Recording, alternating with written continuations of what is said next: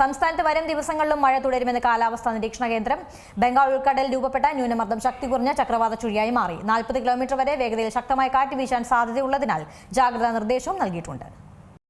കഴിഞ്ഞ ദിവസങ്ങളിൽ കേരളത്തിലുടനീളം വ്യാപകമായ മഴയ്ക്ക് കാരണമായ കാലാവസ്ഥയിൽ ഇന്ന് കാര്യമായ മാറ്റങ്ങളുണ്ടായിട്ടുണ്ട്.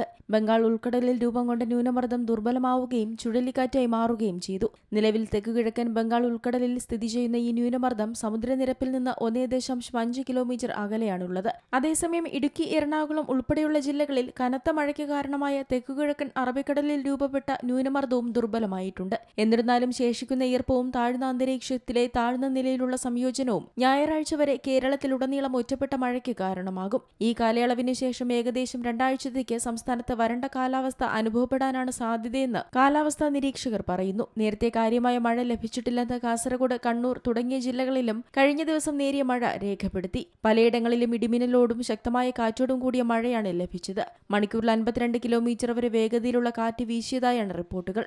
ഇന്നും മഴ തുടരാൻ സാധ്യതയുണ്ടെന്നും മധ്യ കേരളത്തിലാവും ഏറ്റവും കൂടുതൽ മഴ ലഭിക്കുകയെന്നുമാണ് നിഗമനം. തൃശൂർ, എറണാകുളം, ഇടുക്കി തുടങ്ങിയ ജില്ലകളിലാണ് കൂടുതൽ മഴയ്ക്ക് സാധ്യത. പത്തനംതിട്ട, കോട്ടയം ജില്ലകളിലും വടക്കൻ കേരളത്തിലെ ഒറ്റപ്പെട്ട കിഴക്കൻ മലയോര മേഖലകളിലും മഴയ്ക്ക് സാധ്യതയുണ്ട്. ഇടിമിന്നലോട് കൂടിയ മഴയ്ക്ക് സാധ്യതയുള്ളതിനാൽ ജനങ്ങൾ ജാഗ്രത പാലിക്കണമെന്നും നിർദ്ദേശമുണ്ട്. തിരുവനന്തപുരം, കൊല്ലം, പത്തനംതിട്ട, ആലപ്പുഴ, കോട്ടയം, എറണാകുളം, ഇടുക്കി, തൃശൂർ, പാലക്കാട് ജില്ലകളിൽ ഗ്രീൻ അലർട്ടും നൽകിയിട്ടുണ്ട്. 27-ാം തീയതിയും 28-ാം തീയതിയും തിരുവനന്തപുരം, കൊല്ലം, പത്തനംതിട്ട, ആലപ്പുഴ, കോട്ടയം, എറണാകുളം, ഇടുക്കി ജില്ലകളിൽ ഗ്രീൻ അലർട്ടും പ്രഖ്യാപിച്ചിട്ടുണ്ട്.